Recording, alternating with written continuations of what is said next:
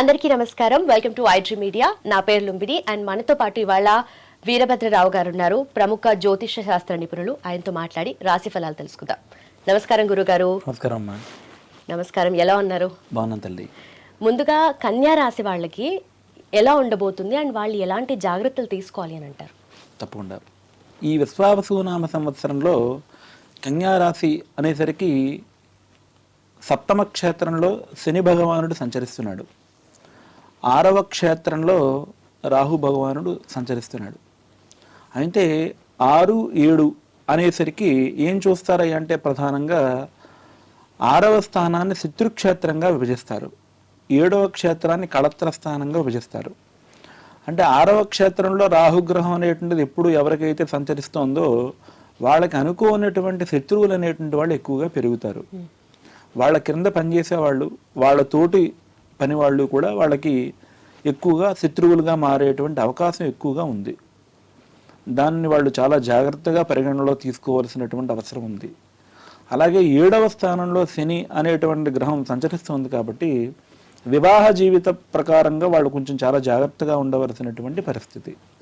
ఎందుచేతంటే వైవాహిక జీవితంలో కళత్ర స్థానంలో ఉన్నటువంటి శని కానీ, రాహు కానీ, కేతువు కానీ ఇలాంటి గ్రహాలు ఏమన్నా సంచరిస్తే కనుక వారి వారి జీవితంలో కొన్ని ఇబ్బందులు పడేటువంటి అవకాశం ఎక్కువ ఉంటుంది. అలాగే ఇప్పుడు కన్యా రాశి వాళ్ళకి ఈ సప్తమ క్షేత్రంలో శని అనేటువంటి భగవానుడు సంచరిస్తున్నాడు కాబట్టి వివాహ జీవితంలో కొన్ని ఇబ్బందులు పడడం, జాగ్రత్తగా ఉండకపోతే విడాకుల వరకు కూడా ఆ యొక్క పరిస్థితులు వెళ్ళేటువంటి స్థితి శని తీసుకురావడానికి కూడా అవకాశం ఉంది. దంపతుల మధ్య సరైనటువంటి సుఖ సౌఖ్యాలు లేనటువంటి ఇబ్బందులు కూడా ఆయన తెచ్చిపెట్టేటువంటి అవకాశం ఉంది. సో అవన్నీ కూడా వాళ్ళు చాలా జాగ్రత్తగా చూసుకుంటూ 6వ క్షేత్రంలో ఉన్నటువంటి రాహుగ్రహానికి కొన్ని శాంతి పరిహారాలు, 7వ గ్రహంలో ఉన్నటువంటి శని భగవానుడు కొన్ని పరిహారాలు చేసుకోవలసినటువంటి అవసరం ఉంది. కానీ కన్యా రాశి అనేటువంటి సరికి శని బాగా యోగించేటువంటి రాశి, శనికి బాగా మిత్రక్షేత్రంగా చెప్పబడేటువంటి రాశి కన్యా రాశి. ఉత్తరా నక్షత్రం 2, 3, 4 పాదాలు, హస్తా నక్షత్రం 4 పాదాలు, చిత్తా నక్షత్రం 1, 2 పాదాల వాళ్ళు కన్యా రాశిలో జన్మించినటువంటి వాళ్ళు అయి ఉంటారు. వారందరికీ కూడా కన్యా రాశి వర్తిస్తుంది అనమాట.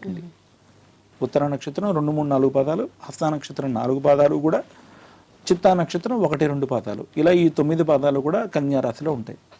కన్యా రాశి వాళ్ళు చాలా తెలివైనటువంటి వాళ్ళు, చాలా మేధావులు, వ్యాపార వ్యవహారాల్లో బాగా వృద్ధి చెందవలసినటువంటి స్థితిగతులు బాగా దగ్గరగా తెచ్చుకునేటువంటి స్థితి వాళ్ళకి ఎప్పుడూ కూడా చాలా తోడుగా వెన్నగా ఉన్నట్టు ఉంటుంది.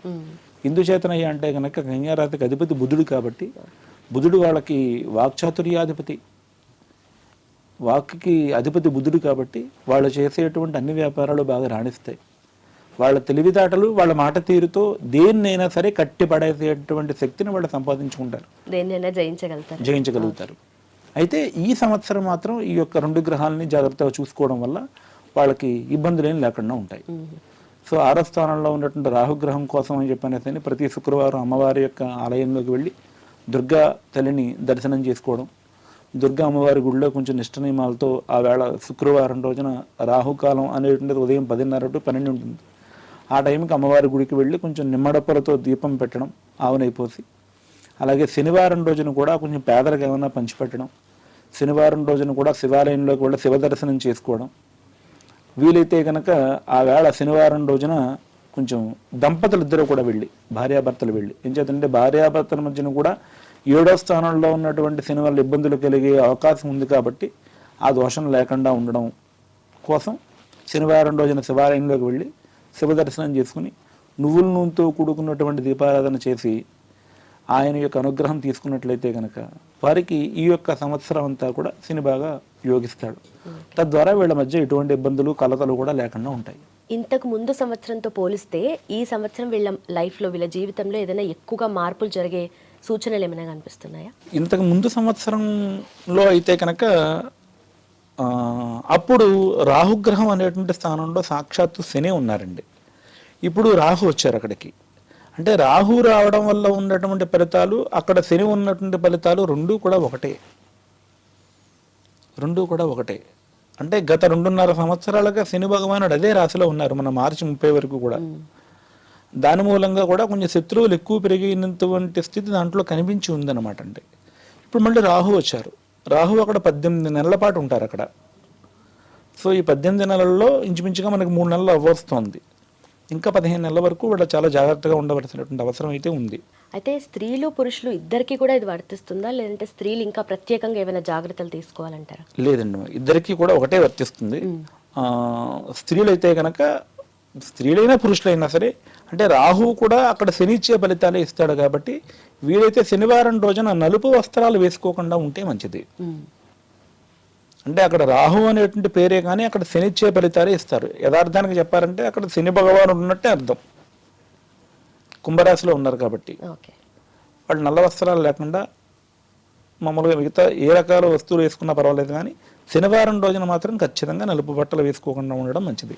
వీలైతే గనక వాళ్ళు ప్రతి శనివారం కూడా శివాష్టోత్తర నామాలు పారాయణ చేయడం వాళ్ళకి చాలా మంచిదమ్మా. ఎవరైనా పేదలకి ఆ శనివారం రోజున ఏదైనా ఆహారం పదార్థాలు వాళ్ళకి ఎంత శక్తి వీలైతే అంత శక్తిగా వాళ్ళు ఏదైనా ఇవ్వడం కూడా చాలా మంచిది వాళ్ళకి శనివారం రోజున. ఓకే. వీళ్ళకు వారంలో కలిసి వచ్చే రోజు కూడా శనివారమే ఉంటుందా, లేదంటే వేరే ఏదన్నా రోజు ఉంటుందా? శనివారం కలిసి రాదు అని కాదండి. శనివారం రోజున శని భగవానుడు అక్కడ ఉండడం వల్ల కొంచెం ఇబ్బందులు లేకుండా ఉండడం కోసం శనివారం నాడు నిష్టగా నియమంగా ఉంటే సరిపోతుంది. మిగతా రోజులన్నీ కూడా కలిసి వస్తాయి, శనివారం కూడా కలిసి రావడం కోసం ఇది చేయడం మంచిది. థ్యాంక్ యూ సో మచ్ గురుగారు, ధన్యవాదాలు. నమస్కారం.